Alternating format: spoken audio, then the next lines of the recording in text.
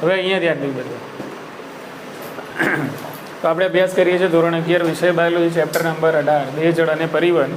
એમાં આજનો આપણો ટોપિક છે રુધિર ગંઠન. રુધિર ગંઠન એના પછી આપણે લસિકા વિષય જોઈશું. તો આટલું આજે આપણે પૂરું કરીએ, બરાબર. તો જે રુધિર ગંઠન છે એને આપણે કહીશું બ્લડ ક્લોટિંગ. બ્લડ ક્લોટિંગ તરીકે આપણે એને ઓળખવામાં આવે છે. કે સૌથી પહેલાં સવાલ થાય કે ભાઈ આ રુધિર ગંઠન ખરેખર ઉપયોગી પ્રક્રિયા છે, બરાબર. માની લો કે આપણને કોઈ ઈજા થાય છે અથવા તો આપણા શરીરની અંદર કટ વાગે છે, બરાબર, પેશીને નુકસાન થાય છે, તો ઓબ્વિયસ છે કે ભાઈ આપણા શરીરની અંદરથી લોહી વહે છે, શરીરમાંથી છે લોહી વહે છે. તો શું એ લોહી સતત વહેતું જ રહે છે કે એક સમય હોય છે કે જ્યારે લોહી વહેવાનું બંધ થઈ જાય? હા કે ના? કોઈ પણ તમને ઈજા થાય, બરાબર. હવે ઈજાનું કારણ કોઈ પણ હોઈ શકે છે, પણ ઈજા થાય તો જે ઈજા થયેલો ભાગ છે, જે પેશી છે, ત્યાંથી રુધિર વાહિની ત્યાંથી આપણે કટ થઈ જાય અને એમાંથી લોહી છે વહેવાનું શરૂ થાય છે. હવે એ જે લોહી વહે છે એ સતત વહેતું રહેશે? ના, સતત વહેતું નથી. એનો એક સમયગાળો છે. એક સમયગાળા સુધી લોહી વહે છે, પછી તરત જ એ જગ્યાએ રુધિર જામી જશે અને લોહી વહેવાનું બંધ થઈ જશે. એનો મતલબ એમ કે આ જે લોહી વહે છે એને વધુ પડતું વહેતું અટકાવે છે. વહેતું અટકાવે છે. અને વહેતું અટકાવવાળી પ્રક્રિયા એટલે બીજું કંઈ જ નહીં પણ જેને આપણે કહીએ છીએ રુધિર ગંઠન. એટલે એક પ્રમાણે જોવા જઈએ તો રુધિર ગંઠનની આ જે પ્રક્રિયા છે કેવી છે? ફાયદાકારક છે, એમ, બરાબર. પ્રોટેક્શન આપે છે આપણને. અને રુધિર ગંઠનની પ્રક્રિયાના કારણે હેમરેજથી બચી શકાય છે. હેમરેજથી બચી શકાય છે. હેમરેજનો મતલબ શું? હેમરેજ એટલે વધુ પડતું રુધિર છે એનો શરીરમાંથી ત્યાગ થઈ જવો. એને હેમરેજ તરીકે ઓળખવામાં આવે છે, બરાબર. શરીરમાંથી વધુ પડતું રુધિર છે બહાર નીકળી જાય, વધુ પડતું રુધિર છે વહી જાય, એને હેમરેજ તરીકે ઓળખવામાં આવે છે. આપણે કદાચ જાણતા આપણે સાંભળ્યું કે ભાઈ કોઈક માણસને મગજમાં ઈજા થઈ અને આપણે સાંભળ્યું કે હેમરેજ થયું અને ત્યાં ખલાસ થઈ ગયું, બરાબર. તો એ હેમરેજમાં એમાં શું હોય? રુધિર બહાર નથી નીકળ્યું. રુધિર અંદર જ જે રુધિર વાહિની હતી ને અંદરની અંદર રુધિર વાહિની છે તૂટી જાય છે અને રુધિર અંદર જ જામી જાય છે, બરાબર. એટલે હેમરેજ આંતરિક પણ હોઈ શકે અને હેમરેજ બાહ્ય પણ હોઈ શકે. બાહ્ય એટલે શરીરમાંથી રુધિર બહાર નીકળી જાય અને વધુ પડતું જો વહી જાય તો એને બાહ્ય કહેવાય. અને અંદરને અંદર જ રુધિર રહે અને અંદરને અંદર જ પછી જામી જાય તો એને કહેવાય આંતરિક. એટલે હેમરેજનો મતલબ શું છે? વધુ પડતું રુધિરનું વહી જવું. એને હેમરેજ તરીકે ઓળખવામાં આવે છે. ક્લિયર? કે તો હેમરેજથી જો બચવું હોય તો આ એક લોતી પ્રક્રિયા છે જેને આપણે કહીએ છીએ રુધિર ગંઠન. જો રુધિર યોગ્ય સમય જામી જાય તો વધુ પડતું રુધિર છે વહેતું અટકી શકે છે. આટલી ખબર પડી. હવે રુધિરનું જામી જવું એક કયા પ્રકારની પ્રક્રિયા છે? તો રુધિરનું જામી જવું એ ભૌતિક પ્રક્રિયા પણ તમે કહી શકો છો, પ્લસ આ એક પ્રકારની રાસાયણિક પ્રક્રિયા પણ છે. આ બે પ્રક્રિયાઓનું મિશ્રણ છે. ભૌતિક કેમ? કારણ કે રુધિરનું જે સ્વરૂપ છે સામાન્ય રીતે જે આપણા શરીરની અંદર વહે છે કયા સ્વરૂપમાં છે? પ્રવાહી, બરાબર. પણ જ્યારે રુધિર જામે છે, બરાબર, તો રુધિર જામે છે એ વખતે આ પ્રવાહી જે છે એનું ભૌતિક સ્વરૂપ બદલાય છે અને પહેલાં જેલી જેવું સ્વરૂપ બને છે અને પછી પછી છે એનું ગંઠન એટલે કે એક પ્રકારનું કઠણ ગંઠન આપણને જોવા મળે છે. એટલે પહેલાં કેવું સ્વરૂપ હતું? પ્રવાહી. પછી કેવું થયું? જેલી જેવું. અને પછી એક પ્રકારનો ગઠ્ઠો જામી ગયો જેને આપણે રુધિર ગંઠન કહીએ છીએ. એટલે રુધિરના ભૌતિક સ્વરૂપની અંદર શું થયો? ફેરફાર થયો. આટલી ખબર પડી ગઈ? ઓકે. રુધિરના ભૌતિક સ્વરૂપની અંદર જે ફેરફાર થાય છે એની સાથે સાથે રુધિરની અંદર રહેલા ઘણા બધા રુધિરના ગંઠન માટે જવાબદાર કારકો છે અને ઘણી બધી હોય છે રાસાયણિક પ્રક્રિયાઓ. તો આ રાસાયણિક પ્રક્રિયાઓ પણ આ ગંઠનની અંદર પોતાનો ફાળો આપે છે. એટલે રુધિરનું ગંઠન કયા પ્રકારની પ્રક્રિયા કહેવાશે? તો એક પ્રકારની ભૌતિક અને રાસાયણિક. ભૌતિક એટલે ફિઝિકલ, રાસાયણિક એટલે કેમિકલ. બંનેને જોડે બોલવું હોય તો ફિઝિકો કેમિકલ. શું કહીશું આપણે?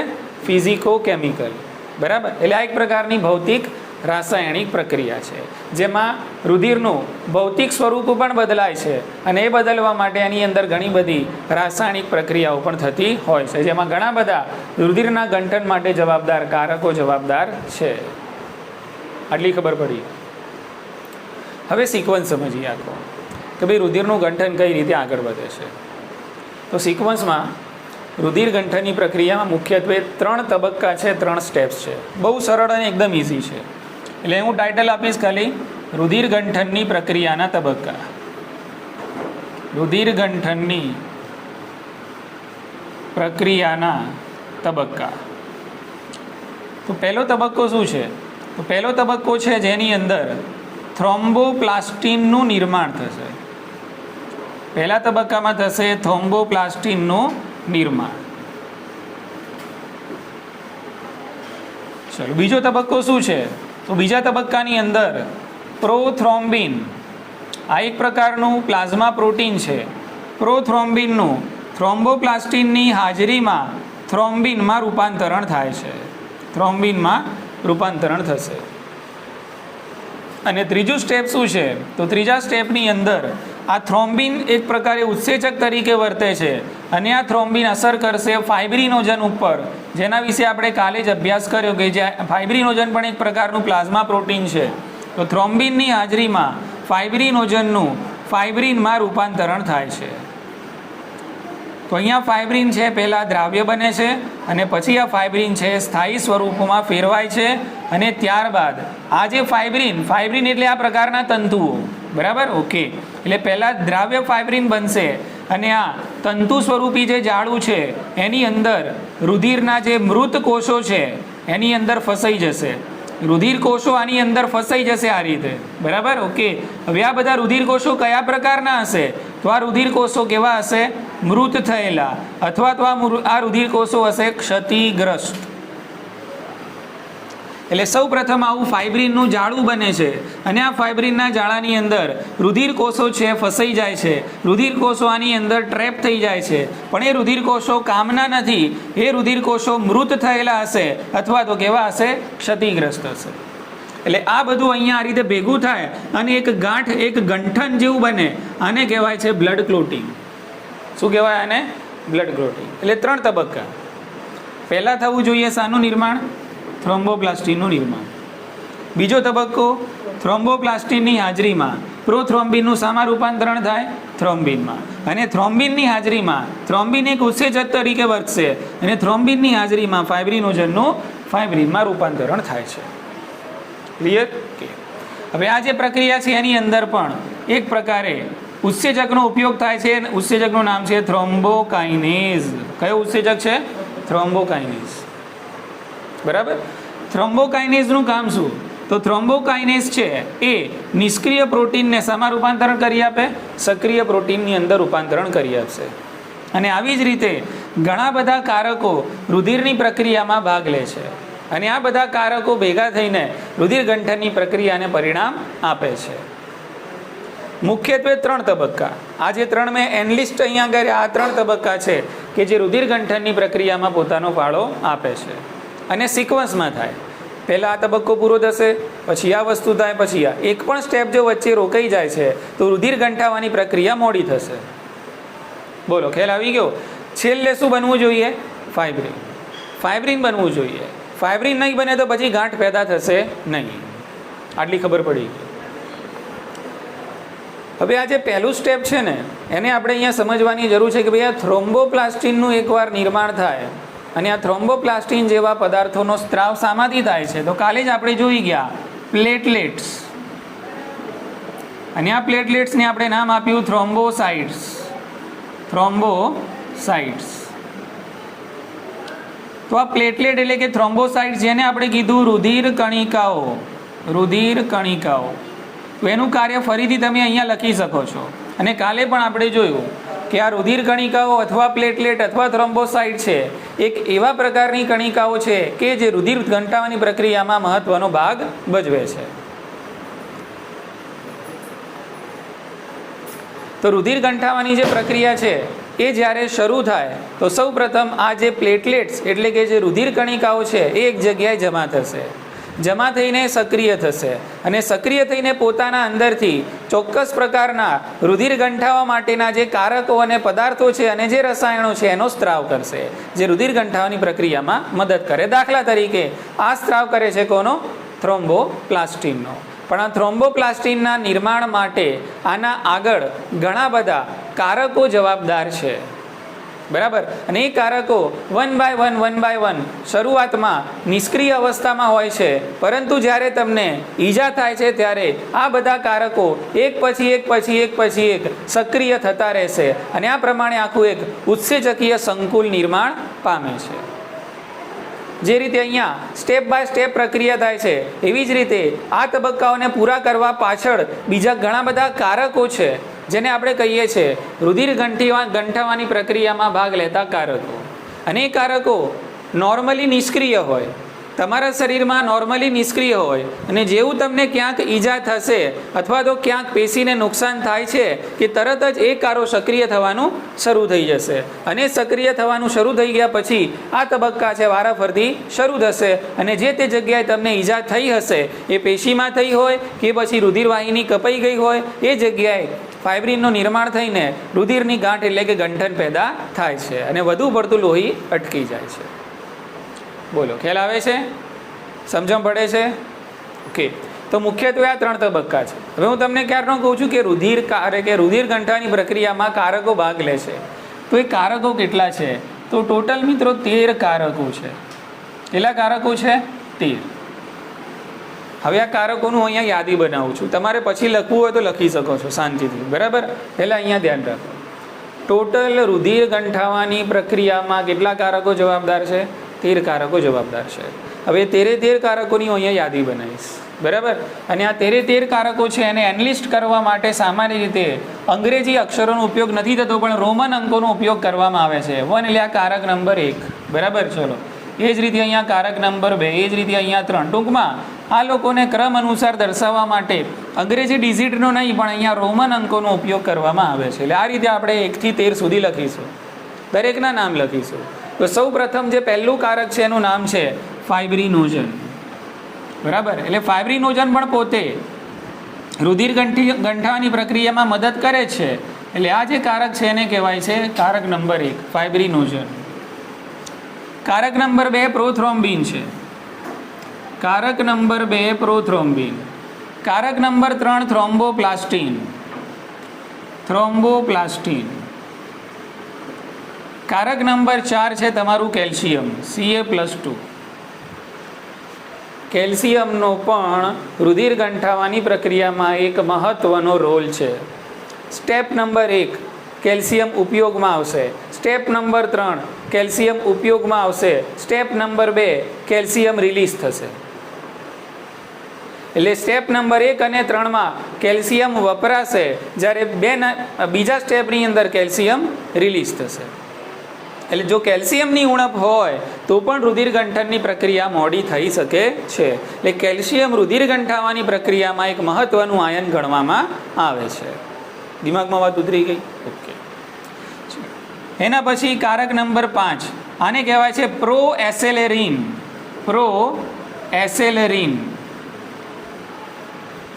એના પછી આવે છે કારક નંબર 6 ને હું અહીંયા લખું છું એસેલેરિન. પ્રો કાઢી નાખવાનું, એસેલેરિન.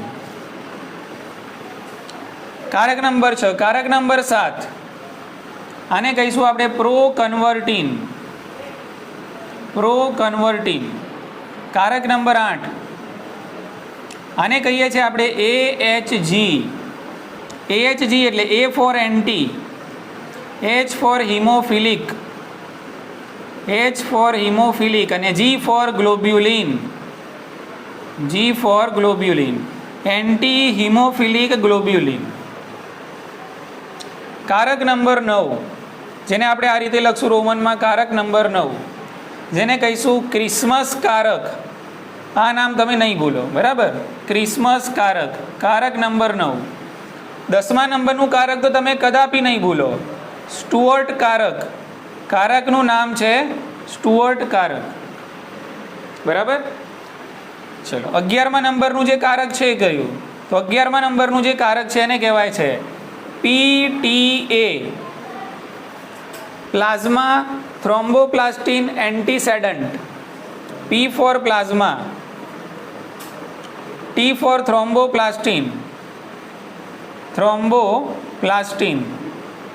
અને A ફોર એન્ટીસિડન્ટ,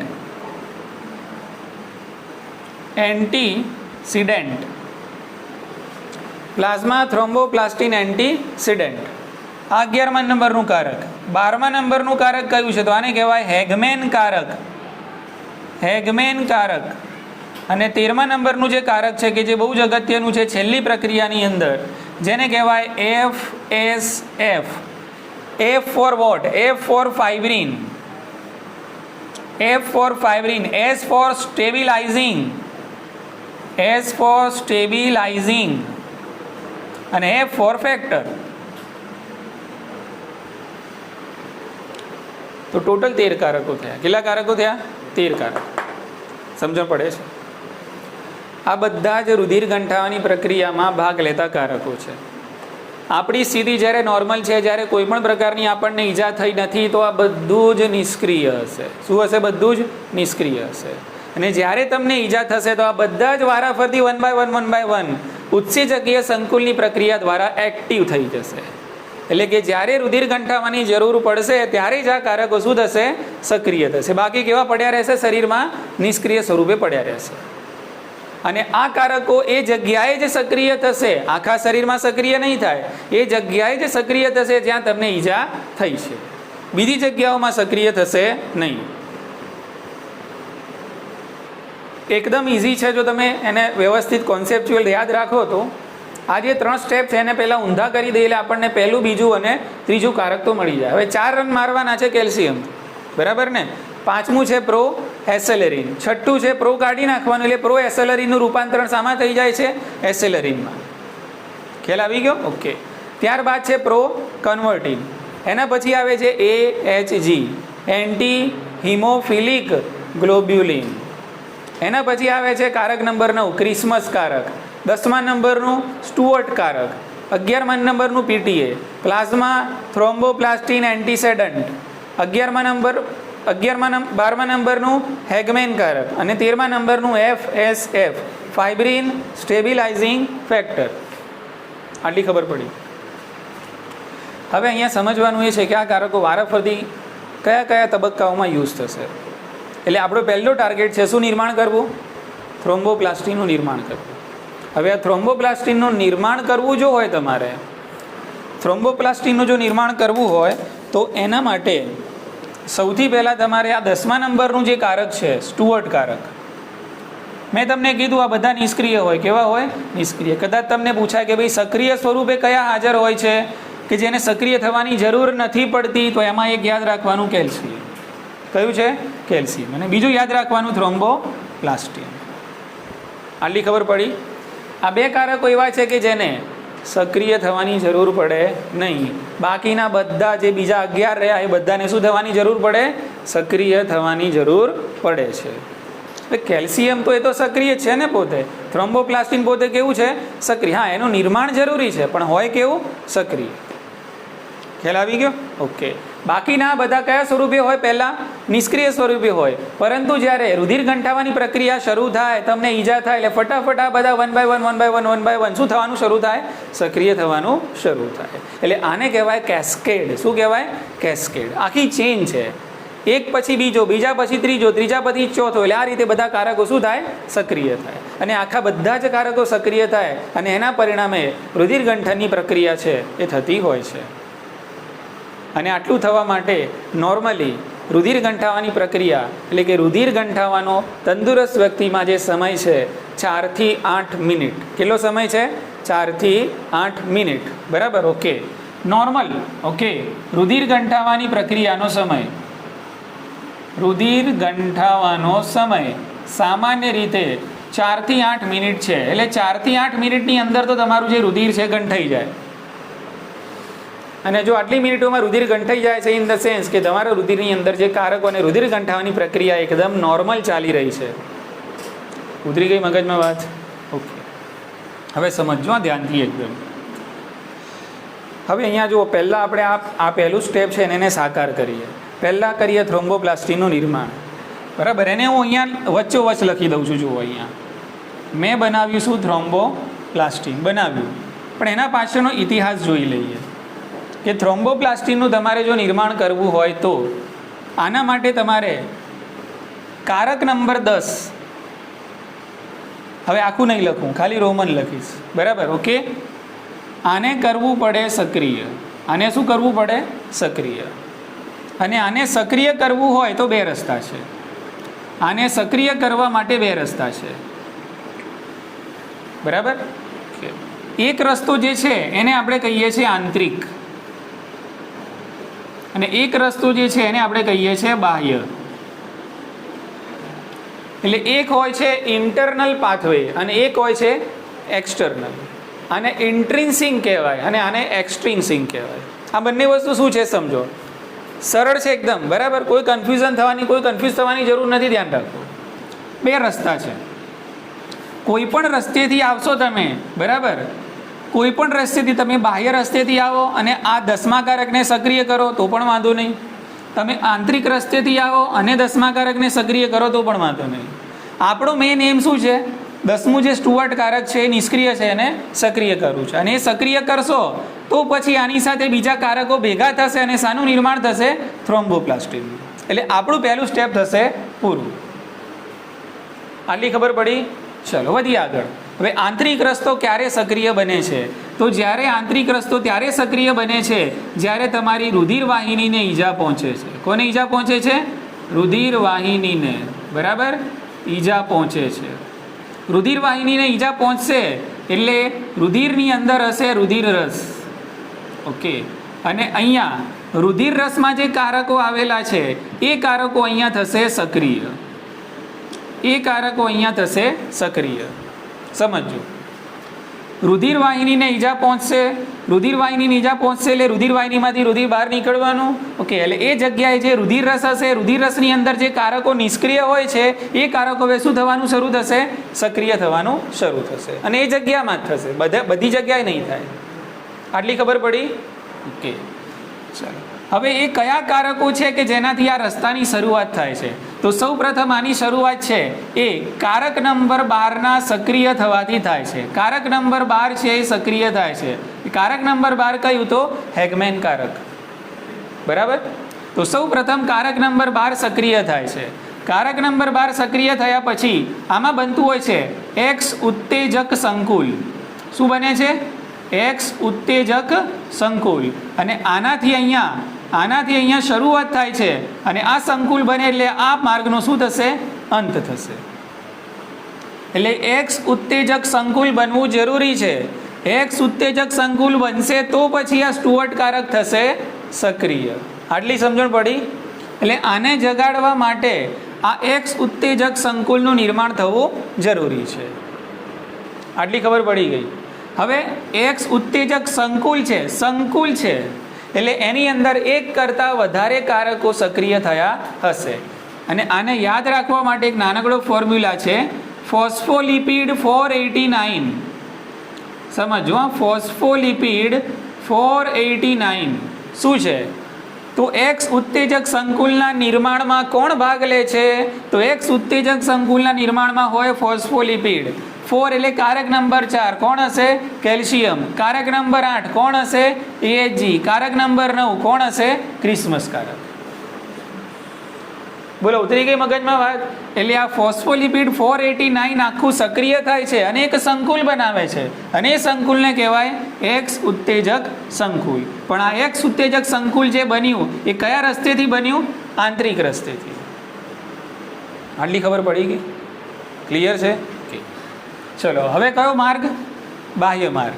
તો તમે જોયું હશે ઘણીવાર આપણી પેશીઓને પણ ઈજા થાય છે. કોને ઈજા થશે? પેશીઓને ઈજા થશે. તો જ્યારે પેશીઓને ઈજા થશે, બરાબર, ઓકે, તો પેશીઓને ઈજા થશે એટલે આ પેશીઓની અંદર પણ રહેલા જે કારકો છે એ કારકો પણ રુધિર ગંઠાવાની પ્રક્રિયામાં ભાગ લેશે અને કારકો સક્રિય થશે. ઓકે. તો જો પેશીમાં રહેલા કારકો સક્રિય થઈને પછી રુધિર ગંઠાવાની પ્રક્રિયા આગળ વધે તો એને કહેવાય બાહ્ય. એ કયો રસ્તો છે? બાહ્ય. અને જો રુધિર રસમાં રહેલા કારકો સક્રિય થઈને રુધિર ગંઠાવાની પ્રક્રિયા શરૂ થાય તો એ કયો માર્ગ? આંતરિક. આટલી ખબર પડી? સમજાય છે? ઓકે. તો આ એક બાહ્ય માર્ગ છે. બાહ્ય માર્ગમાં તમારી પેશીઓને ઈજા થાય અને પેશીઓને ઈજા થવાથી પેશીમાં રહેલા જે રુધિર ગંઠાવાની પ્રક્રિયામાં મદદ કરતા કારકો છે એ સક્રિય થશે. હવે આની અંદર કોણ સક્રિય થઈને શું બનાવશે? એટલે અહીંયા પણ છેલ્લે તમારે બનાવવાનું છે એક્સ ઉત્તેજક સંકુલ. અહીંયા પણ શું બનશે? એક્સ ઉત્તેજક સંકુલ જ બનશે, પણ આ સંકુલ બાહ્ય માર્ગે બન્યું કહેવાય, આ સંકુલ આંતરિક માર્ગે બન્યું કહેવાય. ઉતરે છે મગજમાં વાત? ચલો હવે એક્સ ઉત્તેજક સંકુલ બનવા માટે શું જરૂરી છે? તો એક્સ ઉત્તેજક સંકુલ બનવા માટે અહીંયા પણ જરૂરી છે ફોસ્ફોલિપિડ. અહીંયા જરૂરી છે ફોસ્ફોલિપિડ પ્લસ પેશીની અંદરથી આવતું પ્રોટીન, અને આને કહેવાય છે પેશીય થ્રોમ્બોપ્લાસ્ટિન. આને કહીશું આપણે પેશીય થ્રોમ્બોપ્લાસ્ટિન. બોલો ઉતરે છે મગજમાં વાત? ઓકે. આ પેશીય થ્રોમ્બોપ્લાસ્ટિન બરાબર પ્લસ કારક નંબર 7. કારક નંબર 7 એટલે થશે પ્રોકન્વર્ટિન. શું થશે? પ્રોકન્વર્ટિન. એટલે આ કારક નંબર 7 સક્રિય થશે પ્લસ શું રિલીઝ થશે પેશીના કોષોમાંથી? પેશીય થ્રોમ્બોપ્લાસ્ટિન. અને આ બધું ભેગું થઈને શું બનાવશે? એક્સ ઉત્તેજક સંકુલ. બોલો ઉતરી ગઈ મગજમાં વાત?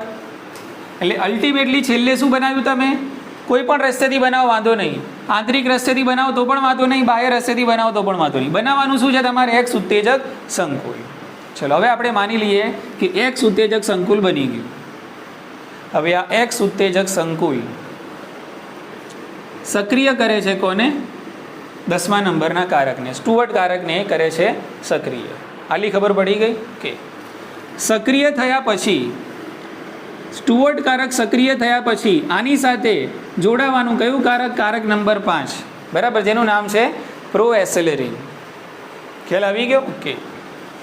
ત્યારબાદ આ પ્રોએસેલેરિનનું રૂપાંતર થઈ જશે શાની અંદર? એસેલેરિનમાં. ઇઝી છે કે? સાથે સાથે અહીંયા આવશે કારક નંબર 4 જેનું નામ છે કેલ્શિયમ કે, અને સાથે સાથે બીજું અહીંયા આવવાનું ફોસ્ફોલિપિડ. શું આવશે બીજું અહીંયા? ફોસ્ફોલિપિડ. ખ્યાલ આવી ગયો? ફોસ્ફોલિપિડ, કેલ્શિયમ, કારક નંબર 5 અને સક્રિય કારક 10 આ બધા ભેગા થશે એટલે શાનું નિર્માણ થશે? થ્રોમ્બોપ્લાસ્ટિનનું નિર્માણ થશે. એટલે આપણું પહેલું જે સ્ટેપ છે પૂરું થયું, થ્રોમ્બોપ્લાસ્ટિનનું નિર્માણ. બોલો ઉતરી ગઈ મગજમાં વાત? અને આ પ્રકારના પદાર્થોનો સ્ત્રાવ શામાંથી થશે? પ્લેટલેટ્સ એટલે કે રુધિર કણિકાઓમાંથી થાય છે.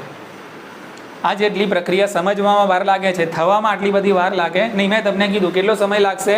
4 થી 8 મિનિટ. આટલી ખબર પડી ગઈ. તો સ્ટેપ નંબર 1 પૂરું આપણું, થ્રોમ્બોપ્લાસ્ટિનનું નિર્માણ થઈ ગયું. હવે પછી તો કોઈ લખવાની જરૂર નથી. સ્ટેપ નંબર 2ની અંદર હવે થ્રોમ્બોપ્લાસ્ટિનનું નિર્માણ થયું એટલે થ્રોમ્બોપ્લાસ્ટિનની હાજરીમાં પ્રોથ્રોમ્બિનનું શામાં રૂપાંતરણ થાય? થ્રોમ્બિનમાં રૂપાંતરણ થાય. ઇઝી? ચલો ઉત્સેજક કદાચ પૂછાય તો તમે લખી શકો છો થ્રોમ્બોકાઇનેઝ. અને આ પ્રક્રિયામાં કેલ્શિયમ મુક્ત થાય છે. શું થાય છે? મુક્ત. જો અહીંયા બધામાં ક્યાં કેલ્શિયમ શું થયો? વપરાયો. થ્રોમ્બોપ્લાસ્ટિનના નિર્માણમાં કેલ્શિયમ યુઝ થયો, જ્યારે બીજા તબક્કાની અંદર કેલ્શિયમ શું થશે? મુક્ત થશે. બરાબર? ચલો થ્રોમ્બિન બની ગયું એટલે થ્રોમ્બિનની હાજરીમાં હવે શું છે? ફાઇબ્રિનોજન. તો થ્રોમ્બિનની હાજરીમાં આ ઉત્સેચક તરીકે વર્તે છે. ફાઇબ્રિનોજન નિષ્ક્રિય છે, એનું સક્રિય ફાઇબ્રિનમાં રૂપાંતરણ થશે. પણ આ ફાઇબ્રિન પહેલાં દ્રાવ્ય બનશે. કેવું બનશે? દ્રાવ્ય. તરત આમ ગઠ્ઠો નહીં જામી જાય, પહેલાં આમ થોડું જેલી જેવું બનશે. પ્રવાહીમાંથી થોડું ઘણું કેવું બનશે? જેલી જેવું. પણ એ ફાઇબ્રિન કેવું કહેવાશે? દ્રાવ્ય કહેવાશે. હવે દ્રાવ્ય ફાઇબ્રિન હોય એટલે થોડું ઢીલું હોય. હવે એ રુધિર ગંઠન માટે એટલું ચાલે નહીં, એટલે એને આપણે કાઠું કરવું પડે, એને આપણે સખત કરવું પડશે. એટલે દ્રાવ્ય ફાઇબ્રિનનું કયું સ્વરૂપ ફેરવવું પડે? સ્થાયી. એટલે એને કઠણ કરવું પડે, અને એના માટે ફરીથી અહીંયા કામમાં આવશે આ જે ત્રીજું સ્ટેપ છે, એમાં ફરીથી કામમાં આવશે Ca+2. અને કાઠું કરવું છે, સ્થિર કરવું છે, તો આમાંથી 13મા નંબરનો કારક પસંદ કરી લો, FSF. આના નામ જ એનું કાર્ય છે. ફાઇબ્રિન સ્ટેબિલાઇઝિંગ, સ્થિર કરશે, ફેક્ટર કારક. બોલો ખ્યાલ આવી ગયો? એટલે શરૂઆતમાં કેવું બને છે? ફાઇબ્રિન દ્રાવ્ય બને છે, પણ એને તમારે સ્થિર કરવું છે તો અહીંયા ઉપયોગમાં આવશે કેલ્શિયમ. અને કારક નંબર કયું ઉપયોગમાં આવશે? અહીંયા 13. ફાઇબ્રિન સ્ટેબિલાઇઝિંગ ફેક્ટર એટલે FSFનું કાર્ય પૂછાય છે. તો ભાઈ FSFનું કાર્ય શું છે? તો ફાઇબ્રિન સ્ટેબિલાઇઝિંગ ફેક્ટરનું કાર્ય છે દ્રાવ્ય ફાઇબ્રિનને સ્થાયી ફાઇબ્રિનની અંદર કેલ્શિયમની મદદથી રૂપાંતરિત કરવું. આટલી ખબર પડી ગઈ. ચલો, એકવાર અહીંયા ફાઇબ્રિનનું આખું એક કઠણ જાળું બની ગયું પછી આ ફાઇબ્રિનના જાળાની અંદર રુધિરની અંદર વહન પામતા જે રુધિર કોષો અને જે સંગઠિત પદાર્થો છે એ પણ કેવા મૃત અને ક્ષતિગ્રસ્ત આ બધા પદાર્થો આની અંદર જમા થશે અને જ્યાં તમને ઈજા થઈ છે એ જગ્યાએ એક ગંઠન સ્વરૂપે જોવા મળે છે. એટલે આ થઈ ગયું તમારું બ્લડ ક્લોટિંગ. બોલો, સેટ થયો મગજમાં મુદ્દો? સરળ છે એકદમ વસ્તુ, કોન્સેપ્ચ્યુઅલી સમજશો તો એકદમ સરળ છે. હવે જુઓ, સવાલ આમાંથી પણ આવે છે કે ભાઈ ટોટલ 13 કારકો છે એટલે આને સિક્વન્સમાં ગોઠવવાનું પૂછી જાય. કોને સક્રિય થવાની જરૂર નથી પડતી? તો આમને જરૂર પડતી નથી. આના કોના પછી કયું કારક આવે છે? ઉડતું ઉડતું પૂછે છે કે 8મા નંબરનું કારક કયું, 9મા નંબરનું કયું, 11મા નંબરનું કયું, 12મા નંબરનું કયું. આંતરિક જે માર્ગ છે એ સૌ પ્રથમ સક્રિય કયા કારકથી થાય? તો 12મા નંબરનું કારક કયું? હેગમેન કારક. ચલો, આંતરિક કારકની અંદર એક્સ ઉત્તેજક સંકુલ છે બને છે, એમાં કયા કારકો ભાગ લે છે? તો આનું એક્સ ઉત્તેજક સંકુલનું આ બંધારણ છે. એક્સ ઉત્તેજક સંકુલ જો બાહ્ય માર્ગથી બને તો એનું બંધારણ આ છે. બોલો, ઉતરે છે મગજમાં વાત? ઓકે. એના પછી 10મા નંબરનું કારક સક્રિય થશે, 5મા નંબરનું કારક જોડાશે, કેલ્શિયમ જોડાશે, ફોસ્ફોલિપિડ જોડાશે, આ બધી પ્રક્રિયા થશે એટલે નિર્માણ થશે કોનું? થ્રોમ્બોપ્લાસ્ટિન. એટલે આપણું પહેલું સ્ટેપ ક્લિયર. જેવું પહેલું ક્લિયર થશે એવું બીજું ક્લિયર થશે, બીજું ક્લિયર થશે એવું ત્રીજું થશે અને ત્રીજાની અંદર 13મા કારકનો ઉપયોગ તમે કરશો, 13મું અને ચોથું એટલે કે કેલ્શિયમ. એટલે ખબર શું પડી તમને આમાં કે ભાઈ આ બધા રુધિર ગંઠાવાની પ્રક્રિયાની અંદર આ બધા જ કારકો 1 to 1 1 to 1 1 to 1 છે જે નિષ્ક્રિય હોય છે સક્રિય થાય છે અને રુધિર ગંઠનને પરિણામ આપે છે. આટલી ખબર પડી ગઈ ને? આપણને ક્યાંક બેઠો માર વાગ્યો હોય, કોઈ પેશીમાં નુકસાન થઈ ગયું હોય તો અહીંયા લાલ કલરનું જામું થઈ જતું હોય છે, અથવા તો ક્યાંક વાગ્યું હોય તો એના થોડા દિવસ પછી એક સ્કાર ફોર્મેશન થતું હોય છે. તો એક પ્રકારનું શું છે? રુધિરનું ગંઠન જ છે. ઉતરે છે મગજમાં વાત? અને રુધિરનું ગંઠન થવું એ સારી પ્રક્રિયા છે, ખરાબ પણ છે. હા, જુઓ, રુધિર ગંઠાઈ જવું ખરાબ પણ કહેવાય. ક્યારે ખરાબ કહેવાય પણ હું તમને કહું. રુધિર જ્યારે તમારું વહી જતું હોય છે, બરાબર, તો એને રોકવા માટેનું રુધિર જામે છે તો એ સારું કહેવાય. એ શું કહેવાશે? સારું કહેવાશે. પરંતુ તમારું રુધિર તમારી રુધિર વાહિનીમાં વહી રહ્યું છે, કોઈ પ્રોબ્લેમ જ નથી અને ઓટોમેટિકલી રુધિરની અહીંયા ગાંઠો જમા થાય છે એટલે અહીંયા રુધિર જામી ગયું એટલે તમારા રુધિરને જવાનો રસ્તો બ્લોક થઈ ગયો. ઉતરે છે કે નહીં મગજમાં વાત? રુધિરને જવાનો રસ્તો બ્લોક થઈ ગયો. આને કહેવાય થ્રોમ્બોસિસ. આને શું કહેવાય? થ્રોમ્બોસિસ. થ્રોમ્બોસિસ એટલે તમારી રુધિર વાહિનીઓમાં જ રુધિરનું ગંઠન થવું, એને કહેવાય થ્રોમ્બોસિસ. અને આવું થાય તો રુધિરને જવાનો રસ્તો સાંકડો થઈ ગયો એટલે હૃદયમાં પૂરતા પ્રમાણમાં રુધિર જાય નહીં, જેના કારણે હૃદય સંબંધિત ખામીઓ થવાની પૂરેપૂરી શક્યતા છે. બીજું, હવે આ રુધિરની ગાંઠ સમજી લો કે રુધિર વાહિનીમાં જામી ગઈ છે અને આ ગાંઠ અહીંયાથી માની લો કે તૂટી ગઈ, બરાબર. આ ગાંઠ અહીંયાથી તૂટી ગઈ અને રુધિરની સાથે એણે વહેવાનું ચાલુ કરી દીધું. ગાંઠ છે પણ રુધિરની અંદર વહી રહી છે. હવે સમજી લો કે આ ગાંઠ વહેતી વહેતી વહેતી તમારા મગજની અંદર જાય છે અને મગજની અંદર તો એવી નાની નાની બારીક અને વાળથી બી પાતળી રુધિર કેશિકાઓ છે અને એની અંદર પણ રુધિરનું વહન થઈ રહ્યું છે અને આ કણી જો અહીંયા આવીને બાજી ગઈ, અહીંયા આવીને બ્લોક થઈ ગઈ તો પછી ખલાસ. હવે આ સ્થિતિમાં થાય બ્રેઇન સ્ટ્રોક. શું થાય? Brain stroke. મગજની અંદર જો આવી કણી ફરતી હતી, બરાબર, પણ હવે ફરતી હતી પણ આ રુધિર ફરતું ફરતું તમારા મગજમાં ગયું અને મગજની અંદર તો એવી નાની નાની રુધિર કેશિકાઓ છે કે જે બહુ જ બારીક હોય છે અને આ કણી આમાં ફસાઈ ગઈ. એટલે હવે આ રુધિર જે ચેતાને મળે છે એ ચેતાને પોષણ મળશે નહીં એટલે એ ચેતાની સેન્સ ગઈ એટલે હવે બ્રેઇન સ્ટ્રોક અને એનું પરિણામ છે પેરાલિસિસ. લખવો. બોલો, સમજાણું? હા કે નહીં? કે આ બાજુ જો કણી બાજી જાય તો તમારો આ ભાગ જતો રહેશે, આ બાજુ જો કણી બાજી જાય તો આ ભાગ જતો રહેશે. ક્રોસ કનેક્શન છે. આપણા મગજનો આ ભાગ છે આ શરીરનું કંટ્રોલ કરે છે અને આ બાજુનો ભાગ છે આ શરીરનું કંટ્રોલ કરે છે. બ્રેઇન સ્ટ્રોક થાય છે અને તરત જ જો તમે સારવાર લઈ લો છો, બરાબર, તરત જ એના ઇન્જેક્શન્સ આવે છે કે આ જે સ્ટ્રોક છે એને શું કરી નાખે? તોડી નાખે. પણ એ બહુ જ ઓછા સમયની અંદર જો સારવાર મળી જાય અને વ્યક્તિની ઉંમર વધારે ના હોય તો તમે આને રિવર્સ કરી શકો છો, પણ એકવાર લકવો પડી જાય અને ઉંમર મોટી હોય તો પછી આને તમે રિવર્સ કરી શકતા નથી. બોલો ખ્યાલ આવી ગયો ને? ઓકે, એટલે થ્રોમ્બોસિસ ઓછું ખતરનાક છે, પણ આ જે ગાંઠ છૂટી પડીને પછી વહેવાનું શરૂ થાય ને એ વધારે ખતરનાક છે, એ વધારે ખતરનાક છે. આને થોડું ડિટેલમાં પછી આપણે ડિસ્કસ કરીશું. ક્લિયર છે? તો આ થઈ ગયું રુધિર ગંઠનની પ્રક્રિયા. તમારી બુકમાં જેટલા મુદ્દા છે બધા અહીંયા કવર થઈ ગયા છે, પ્લસ જે પૂછાવા લાયક છે નીટની અંદર એ પણ મેં તમને અહીંયા કહી દીધું. કે હવે ધ્યાન રાખો, બીજું શું પૂછાય છે? રુધિર ગંઠાવાની પ્રક્રિયા પર અસર કરતા પરિબળો ધ્યાન રાખજો. ફટાફટ મારી વાત પૂરી કરું છું. વિટામિન કે, વિટામિન કે, બરાબર કે વિટામિન કે શું છે? તો વિટામિન કે ને જ કે વિટામિન કે ને શું કહેવાય છે? Blood clotting vitamin. શું કહેવાય છે? હા, નીટમાં આવું પૂછાય કે ભાઈ નીચેનામાંથી રુધિર ગંઠાવાની પ્રક્રિયામાં મદદ કરતો વિટામિન કયો? તો જવાબ આપજો તમે કયો? વિટામિન કે. કેમ એ જોઈ લો. હવે વિટામિન કે જે છે એ ક્યાંથી ક્યાં તાર બધા જોડાય છે જુઓ ખાલી તમે. આમાં ક્યાં વિટામિન કેનું નામો નિશાન છે? ક્યાં હું બોલ્યો ગયો? ઓકે, તો પણ હું શું કહું છું? વિટામિન કે રુધિર ગંઠાવાની પ્રક્રિયામાં મદદરૂપ છે. કેમ? તો વિટામિન કેની મદદથી આ જે પ્રોથ્રોમ્બિન છે એનું સંશ્લેષણ થાય છે. વિટામિન કે હશે તો પ્રોથ્રોમ્બિન એક પ્રકારનું પ્રોટીન છે અને આ પ્રોટીનનું સંશ્લેષણ થાય છે યકૃતમાં. ક્યાં થાય છે? યકૃતમાં. વિટામિન કેની હાજરી હશે તો પ્રોથ્રોમ્બિનનું સંશ્લેષણ યકૃતમાં સારું એવું થશે, અને પ્રોથ્રોમ્બિનનું સંશ્લેષણ થશે તો થ્રોમ્બિન બનશે ને ભાઈ, અને થ્રોમ્બિન બનશે તો વસ્તુ આગળ વધશે. બોલો, વખતમાં વાત ઉતરી? ચલો, વિટામિન કેનું પ્રમાણ ઓછું કરું છું તો શું થશે? એની સીધી અસર કોના સંશ્લેષણ ઉપર થશે? પ્રોથ્રોમ્બિનના. એટલે પ્રોથ્રોમ્બિન શું છે એ પણ પૂછાય છે, તો લખજો. પ્રોથ્રોમ્બિન એ પ્લાઝમા પ્રોટીન છે જેનું સંશ્લેષણ યકૃતમાં થાય છે. નોટ ઓનલી પ્રોથ્રોમ્બિન બટ મોટા ભાગના પ્રોટીનનું નિર્માણ યકૃતમાં થાય છે, અને એટલા માટે જ યકૃતને આપણે રાસાયણિક ફેક્ટરી કહીએ છીએ. એટલે વિટામિન કે ઓછું હશે તો પ્રોથ્રોમ્બિન ઓછું બનશે, પ્રોથ્રોમ્બિન ઓછું હશે તો થ્રોમ્બિન ઓછું બનશે, અને થ્રોમ્બિન ઓછું બનશે તો પછી ફાઇબ્રિનોજનનું ફાઇબ્રિનમાં ઝડપથી રૂપાંતરણ થશે નહીં, અને રુધિર ગંઠાવાની પ્રક્રિયા ડીલે થશે. એટલે 4 થી 8 મિનિટની જગ્યાએ વધારે સમય લેશે અને અંતે વધારે રુધિર વહી જશે. બોલો, સેટ થયો મુદ્દો મગજમાં? ઓકે, તો એક વિટામિન કે આ રીતે ભાગ ભજવે છે. એટલે તમને કદાચ પૂછાય કે વિટામિન કે થી રુધિર ગંઠાવાની પ્રક્રિયા, બરાબર, તો એમાં રુધિર ગંઠાવાની પ્રક્રિયા ઝડપી બને છે. બોલો, ખ્યાલ આવી ગયો ને?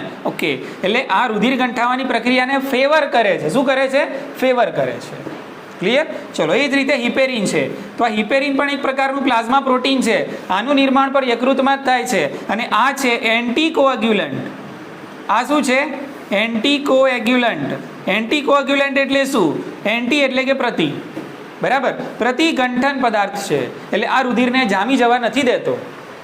હિપેરિન રુધિરને જામી જવા દેતો નથી. આપણા શરીરની અંદર રુધિર હોય છે ત્યારે રુધિર શરીરમાં વહેતું વહેતું જામે છે? ક્યારે નથી જામતું, બરાબર ને? કેમ? કારણ કે એની અંદર રુધિરની અંદર સાથે શું વહન પામે છે?